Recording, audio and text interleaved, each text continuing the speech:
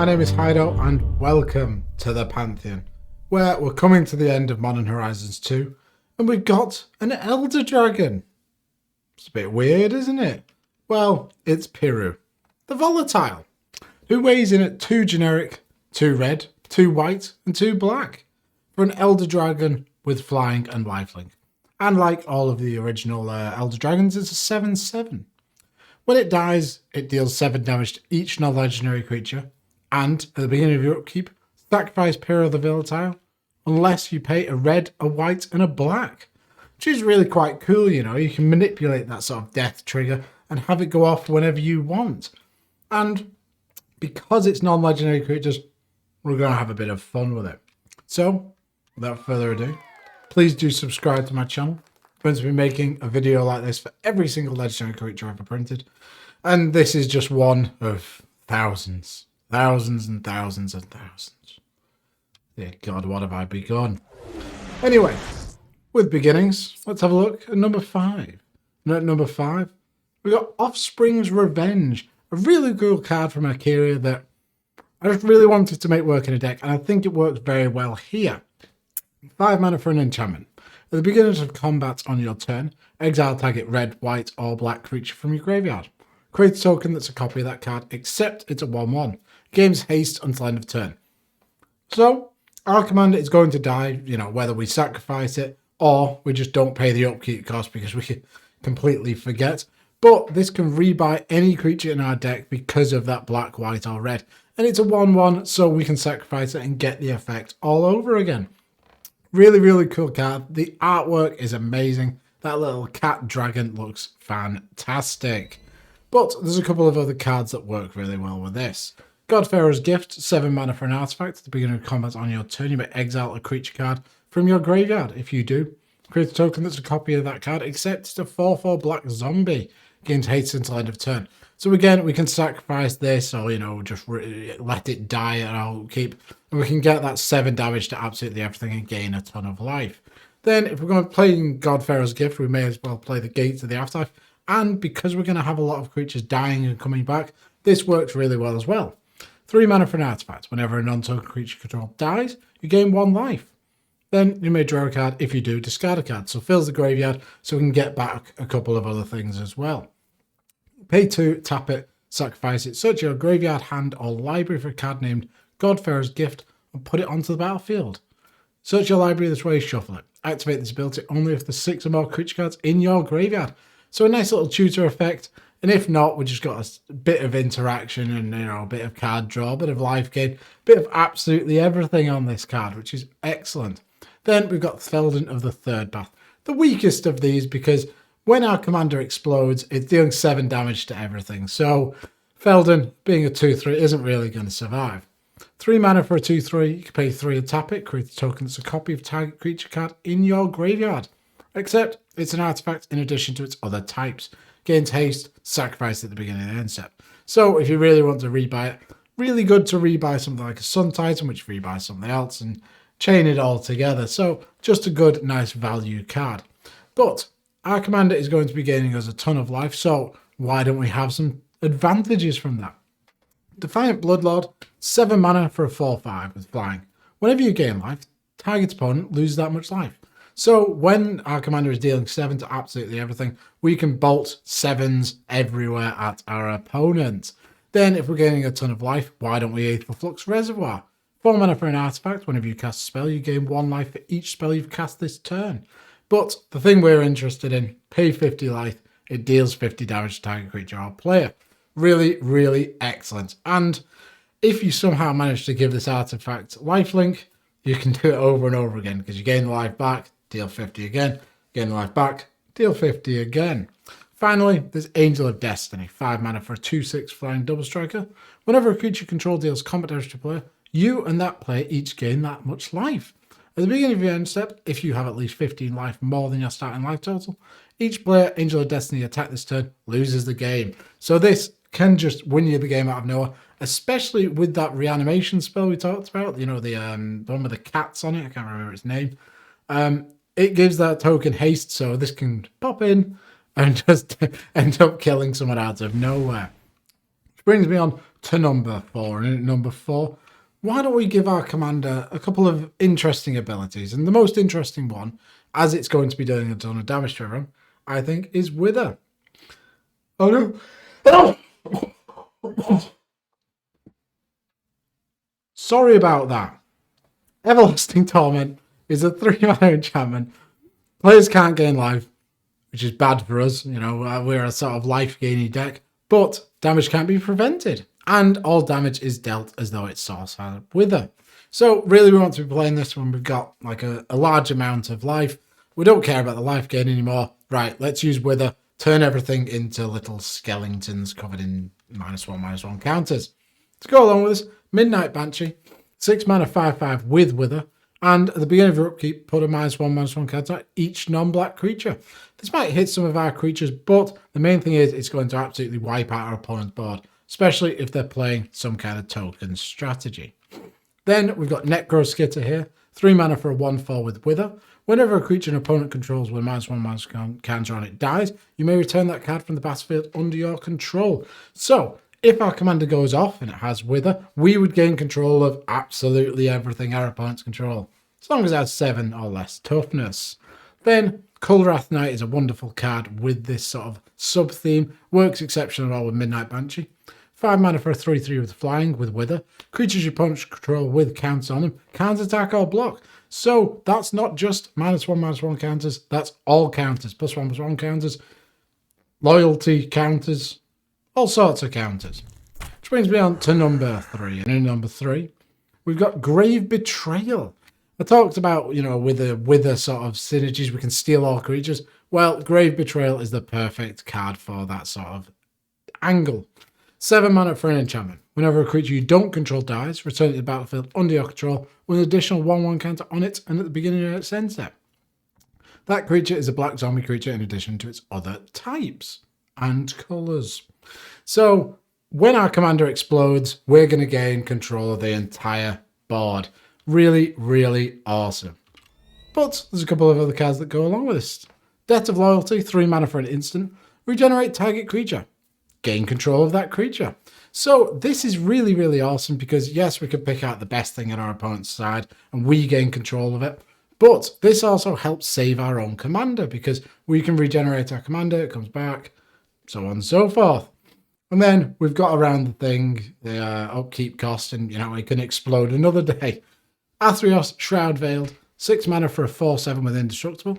As long as your devotion to white or black is less than 7, it isn't a creature. So our commander gives us a double white, double black there. At the beginning of the end step, put a coin counter on another target creature.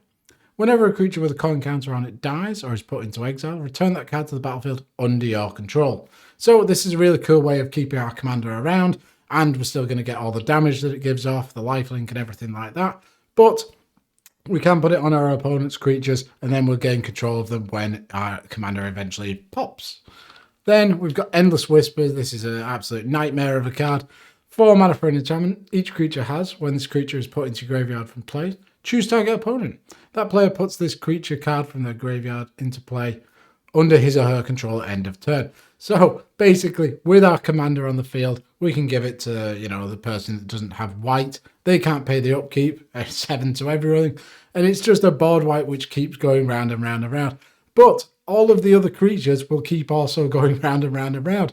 So you end up with this nightmarish situation where everyone's just passing stuff around, getting all the ends of the battlefield effects. Everyone's gaining life. You're all just miserable, frankly. But that brings us on to number 2. And at number 2, we've got Protection. Blood Baron of Viscopa, 5 mana for a 4/4 with lifelink and protection from white and black. Now, the protection is important because that means it cannot be damaged by those colours. So when our commander pops and explodes, this is going to take, well, it won't take the damage. It'll just go, what are you doing? Stop exploding on me. And stay alive. So we're going to keep our board state. If we have a lot of protection creatures, our opponents will lose them. But this also works excellent with our life gain theme.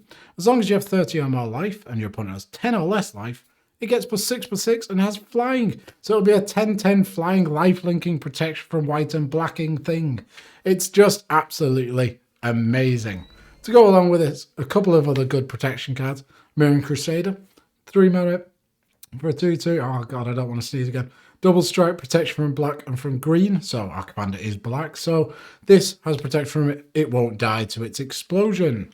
Then we've got Still Moon Cavalier, 3 mana for a 2/1. Protection from white and black. You pay a black or white against flying until end of turn. Black or white against first strike. A black and a white, or a black and white, or a white white, or a black black. I've said one of them twice. It gets +1 so until end of turn. So if you got loads of mana knocking around, this can be absolutely game ending. Finally, Taser, Envoy of Ghosts, 7 mana for a 4/4 with Vigilance and Protection from creatures. Whenever a creature deals combat damage to you, destroy that creature, put a 1/1 white and black spirit creature token onto the battlefield. Excellent bit of defense and really helps our game plan. You know, people won't want to attack in, mainly because, you know, we're dealing 7 to everything over and over again, so they might not have something to attack in. But destroying their creature just really seals the deal. Then, why don't we protect all of our creatures?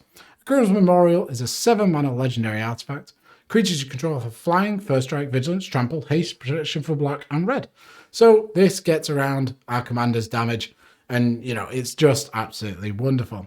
Now, the big man himself. I love this card. It's Tivadar of Thorn. 3 mana for a 2/2 with first strike and protection from red. That's good enough, but this line here. When Tivadar of Thorn comes into play, destroy target goblin. Absolutely fantastic. The art is incredible. I love that face paint or mask or whatever it is. The sword looks epic. It destroys a goblin. Amazing. Amazing. Then Akroma, Angel of Fury. Triple red. And 5. It can't be countered. And you can morph it, which means you play it as a face down 2/2 for 3 mana. You can pay 6 mana to unmorph it. Then it also has fire breathing, and it has flying, trample, protection from white and blue. So this gets around our commander. And also, if anyone has a Swords to Plowshares, well, you can't Swords to Plowshares it because you can't target it. Which brings me on to number 1. And at number 1, we've got Splinter Twin. 2 red and 2 generic. Enchant creature. Enchanted creature has tap, put a token that's a copy of the creature onto the battlefield. That token has haste, exile it at the beginning of the next end step. Now, this isn't really a card you generally want to put on a commander because, well, commanders are legendary. What a disaster. But with this commander, we tap it, creates a token of itself, it dies to the legend rule, the token, then it deals 7 damage to all non-legendary creatures. So, for a simple tap, we can just keep creating tokens. It's just going to wipe the board. Absolutely amazing. To go along with this, we've got Midnight Guard, 3 mana for a 2/3. Whenever another creature enters the battlefield, untap it.